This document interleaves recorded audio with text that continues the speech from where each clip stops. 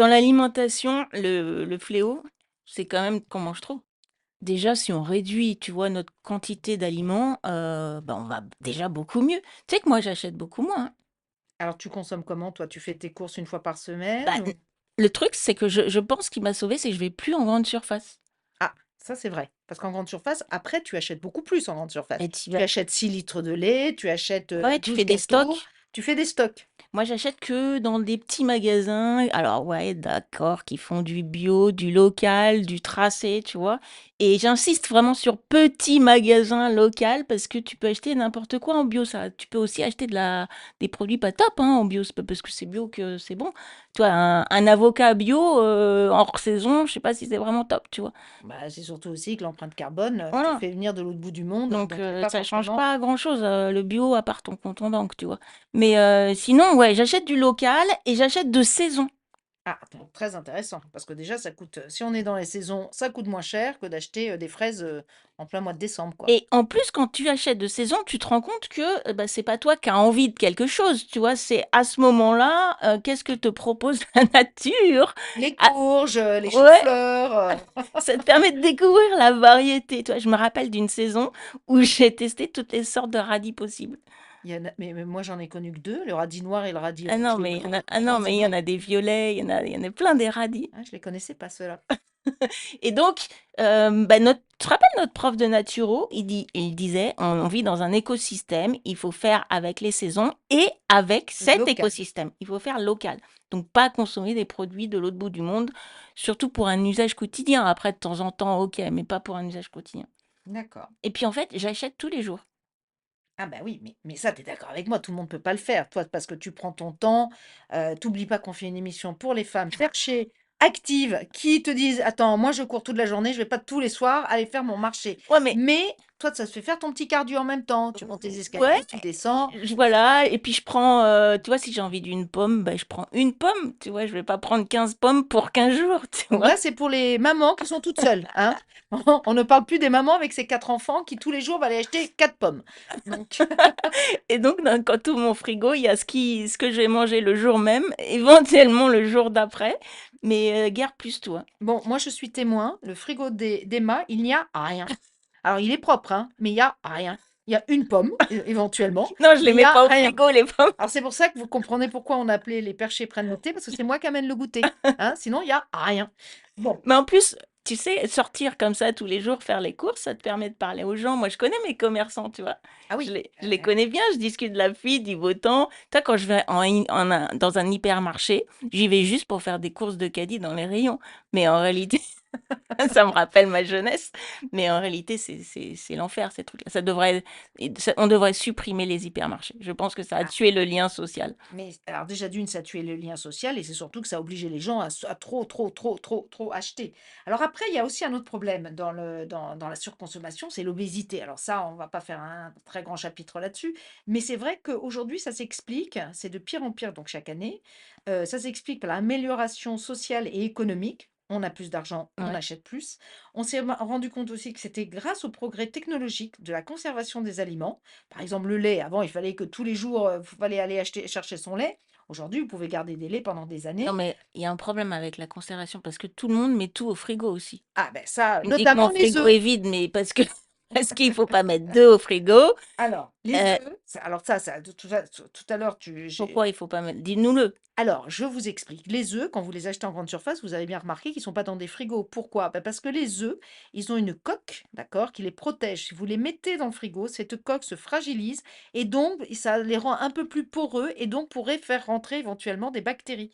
Donc, laissez vos œufs dehors, Ouais. Tu vois, d'accord? je le fais spontanément, mais j'avais pas l'explication scientifique. Bon, Bon, les après, légumes aussi, tu les mets pas trop au frigo, alors les légumes normalement. frais, avant il y avait les garde-manger. Bon maintenant vous allez me dire je suis pas depuis 1900 on a un peu évolué, mais les légumes normalement on devrait les mettre dans un panier à légumes, dans un endroit frais de la maison. Sauf qu'aujourd'hui on chauffe tous les appartements, il y a des cuisines On américaines, surchauffe, tu on voudrais. surchauffe, hein. C'est-à-dire un Et toi, même appartement. ton beurre, tu le mets pas au frigo. Non, moi j'ai Tu mets des dans quoi? Là, cette moi, j'ai espèce pas de ça. beurrier, breton où vous mettez ça dans une espèce comme un verre d'eau renversé dans de l'eau et ça permet d'avoir du beurre mou tout le temps et ça permet tous les jours vous changez l'eau si vous voulez, mais ça maintient Mmh. votre beurre mou et vous n'avez pas besoin de le mettre au frigo. Bon, voilà. Après, il y a aussi les micro-ondes, ce qui fait qu'aujourd'hui, on peut acheter, on rachète et on réchauffe. Donc, les progrès technologiques dans la conservation des aliments. Il y a aussi le changement sociologique, c'est-à-dire Mmh. qu'aujourd'hui, les femmes travaillent. Donc, les aliments, l'alimentation pour les enfants a été repris par les restaurations collectives. Mmh. Donc là, les enfants, ben, ils mangent ce qu'ils veulent. Généralement, quand ils n'ont pas faim, ben, ils se bourrent de pain. Et donc, du coup, ça nous fait des enfants de plus en plus obèses. D'accord?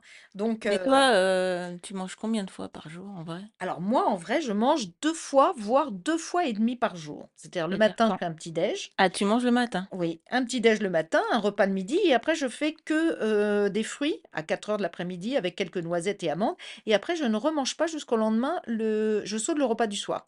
Donc je ne OK. remange pas Donc jusqu'au c'est jeûne lendemain. intermittent, le soir tu sautes quoi? Voilà. Mais tu le fais depuis longtemps ça? Ah bah, moi, ça fait quand même quelques années que je le Ouais. fais. J'ai pas attendu que ça soit la mode parce qu'en naturopathie, on nous avait déjà expliqué Tu te le rappelles notre prof nous il mangeait qu'une fois par jour, hein. ah Tu oui, te rappelles? oui, Notre oui. prof de naturo. Moi je suis pas très loin, moi je dois manger une et demie, 2 fois max par jour, tu vois? Mais c'est pareil, ça fait des années, que je mange plus du tout 3 repas par jour. Bon, alors, bref, vous avez bien compris que le dossier alimentation, c'est très vaste, ça va dans tous les sens. Alors, comment on peut vous aider à mieux manger? Parce que ça, c'est vraiment le sujet qu'on voudrait aborder aujourd'hui. Alors, déjà, on va faire une première chose, hein, Mmh. celle qui ne coûte rien, qui va vous faire plein d'économies. On va déjà éliminer, Enlever enlever, éliminer le pire. les mauvais aliments. Alors, Non, c'est pas le pire, c'est les aliments qu'on pense être bien et si on les prend au quotidien, bah, ça fait des dégâts, quoi. Alors, par exemple, on va commencer par enlever les jus. Hein, Ouais. c'est du sucre pour rien. Dans la nature, il n'y a pas de jus. Hein. Je vous avais dit, un des principes, c'est de Les jus de fruits, en bouteille en ou en bouteille. plus, Alors il y a déjà, plus de vitamines il n'y a plus de là-dedans. vitamines. Et le jus, ça fait un indice glycémique trop important. Pourquoi? Parce que le jus, c'est du sucre qui rentre trop vite dans nos cellules. Et les cellules, après, hop, elles demandent à avoir de l'insuline. Et donc, ça fait un pic glycémique très élevé. Donc, les enfants vont être surexcités ou même les parents. Ah, j'ai pris mon jus. Et après, vous allez être 2 fois plus fatigués. Mmh. Donc, les jus à éliminer. Et d'ailleurs, tu sais le au petit-déj là, jus, Le qu'est-ce que bon, c'est? Ouais, jus, céréales céréales et lait. et lait. Oh Alors là! là, Oh là, le vous êtes cocktail sûr, explosif. ça, c'est le cocktail On fera un explosif. truc sur les enfants une fois, Oui, hein. il faudrait Ouais, qu'on fasse parce les qu'effectivement, on a pauvres, plein de choses comme on à vous les dire. empoisonne.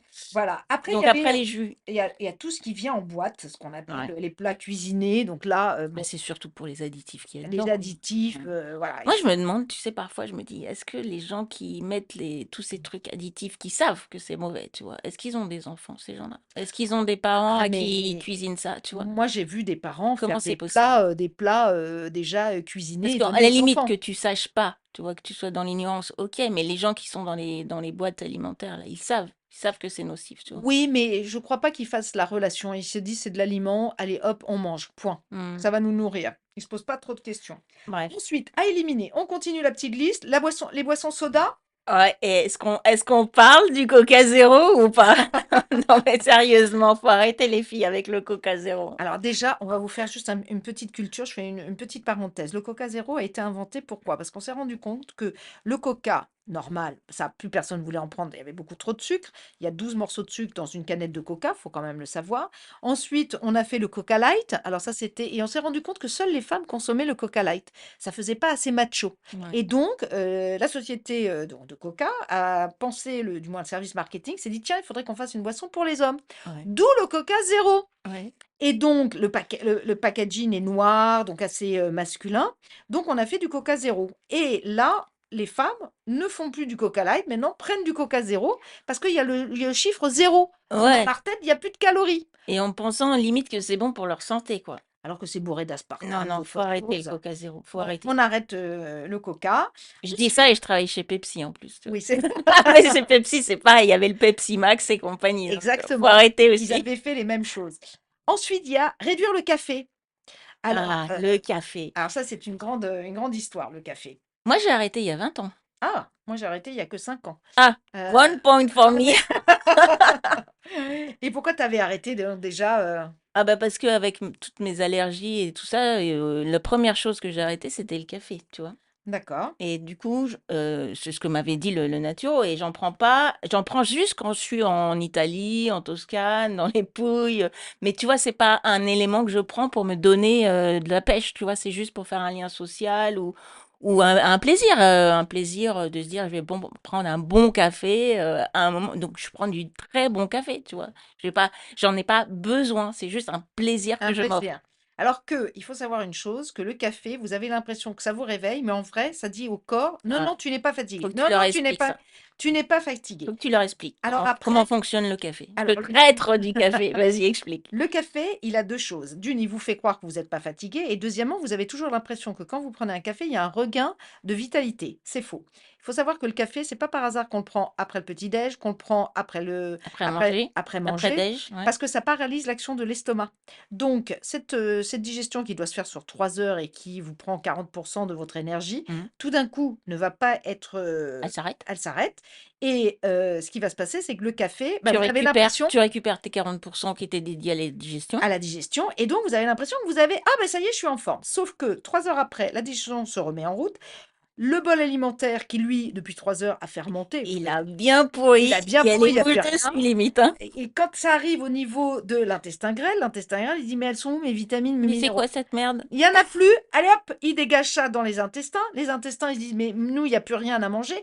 Bref, vous vous fatiguez plus qu'autre chose en prenant toujours du café, mais vous avez l'impression que vous allez beaucoup mieux et c'est Mmh. totalement faux. Bon, Bon, on vous fera peut-être un autre jour, on fera un chapitre le ouais, sur le café. café. Bon, le 5e, Alors on réduit gros aussi dossier aussi, alors gros ça dossier. aussi, on réduit les laitages, surtout le Vache? lait de vache. Ah, Alors pourquoi le lait de vache? parce Parce qu'on que, aime bien les vaches, déjà, on les laisse tranquilles, on les laisse tranquilles premièrement. avec leur petit veau, élevé tranquillou. Bah, c'est ça le problème, c'est que le lait de vache, il est fait pour faire grossir un veau qui doit grossir de je ne Mmh. sais plus combien de kilos par mois, alors que votre bébé, lui, il est pas Ouais. fait pour ça. Puis il y avait que De Gaulle pour considérer que les Français étaient des veaux.